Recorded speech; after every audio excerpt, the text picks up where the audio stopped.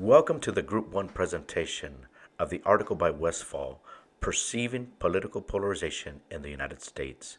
This article covers how party identity strength and attitude extremity exacerbates the perceived partisan divide. Background slides will be by Jeremiah Garber, questions answered by Shawn Mora, methodology by Jeremiah Garber and Joanne Lee. Results slides will be by Shawn Mora. Conclusion will be by Eduardo Barragan. Implications and application by Joanne Lee. Enjoy the project.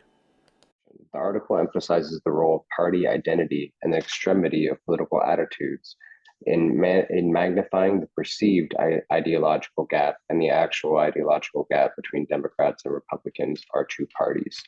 This gap used to be separate, with mild disagreements and opinions, but it's becoming increasingly more violent and polarized in our society.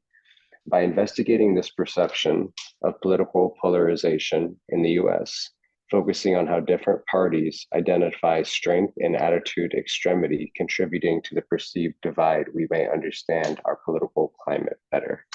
The study highlights how strong affiliation with a political party intensifies perceived differences, leading individuals to view the opposite party members through a highly critical and often derogatory and negative lens. Do Americans overestimate or underestimate political attitudes polarization between Democrats and Republicans? We're looking at what people think versus what the data actually shows.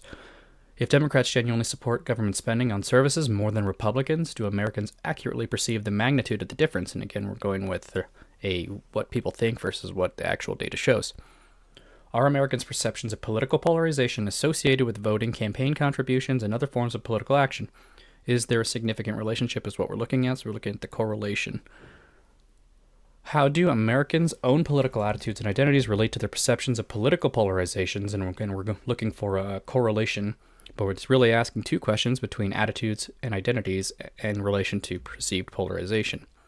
The research that from this study employed a three-factor framework to understand ordinary people's perceptions of political polarization over more than 30 years of national survey data from the American National Election Studies, suggesting that people perceive greater political polarization when A, estimate the attributes of these categorized as being in the opposing group, B, identify strongly as either Democrat or Republican, and C, hold relatively extreme partisan attitudes, particularly when those attitudes align with their own political identity. For participants, a diverse cohort was selected to represent the spectrum of American public with various ages, all voting ages, of course, political affiliations, and locations to ensure as representative as possible of a sample. This was stratified sampling technique of voters because the American National Election Studies is part of voting that you can elect to do that study. Okay, so for methodology, in the field of study that includes method, procedures, and is useful in analytical research. The applied Americans overestimate political polarization, and the solution they used an American National Election Survey, also known as ANES.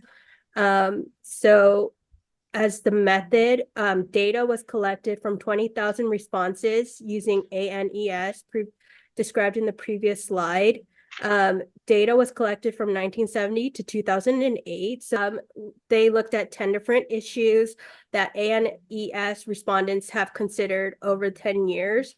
Topics included government should help Blacks, women and men should have equal roles, or women's places at home. So those are some of the types of questions that the research was conducted in. And then for each issue, there was a report about how the respondent reported their attitude towards the topic. Americans overestimate political polarization between the parties. Perceived polarization predicts action. People who perceive greater polarization are more politically active. People who exaggerate polarization of the opposing group more than the R group.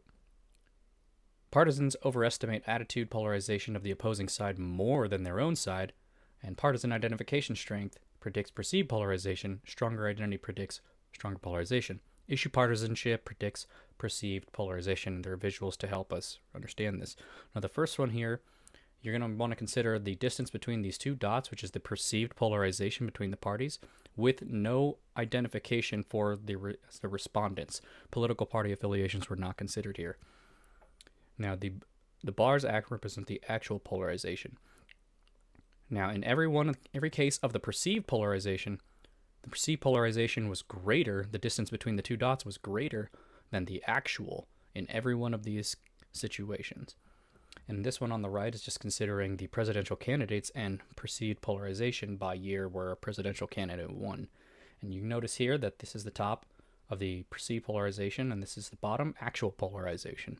What we can notice right away is that both are showing an increase over the years, and that you're noticing that at some point the polarization gets exaggerated, but depending on which candidate was winning in that year. And that's an interesting to know. We're going to see that pattern keep going as we look at more of these results.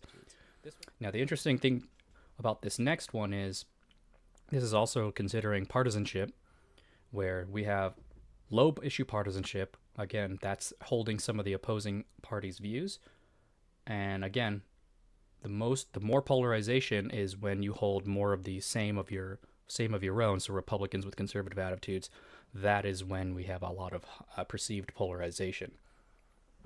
Now, the interesting thing to note here is that, again, once we consider candidates, this effect gets amplified. And what's even more interesting is even the independents seem to be affected by this.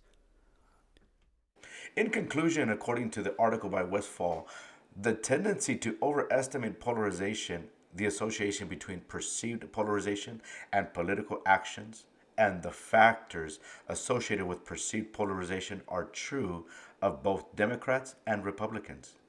Those who perceive the greatest political attitude polarization in the United States, and hence those who most exaggerate political polarization, are those who are themselves most polarized, strongly identifying as party members and holding relatively extreme attitudes that align with their partisan identities. We believe that, according to the article, that one consequence is that extreme party candidates are more likely to be nominated and elected. Given perceptions of polarization, extreme candidates are likely to be seen as better representing the party's sentiment than better suited to defend against extreme opposing parties. So, one of the things that I wanted to mention was that in this country, Americans overestimate political polarization between parties, and that's what I felt was one of the implications of the article. A second implication of the article I thought was that partisan identification and strength predicts perceived polarization.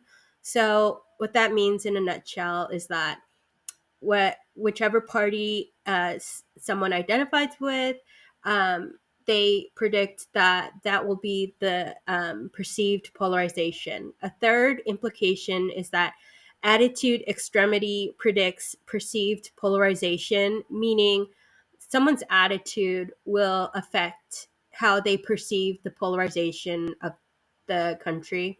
And a fourth implication is that issue partisanship predicts perceived polarization. Any issues that are are close to the constituent will affect how they perceive the polarization of this country. So from the article, the application number one that I saw was perceived polarizations predict political actions. So I just wanted to conclude this section by thanking you guys for taking the time to watch. And I hope this clarified any information.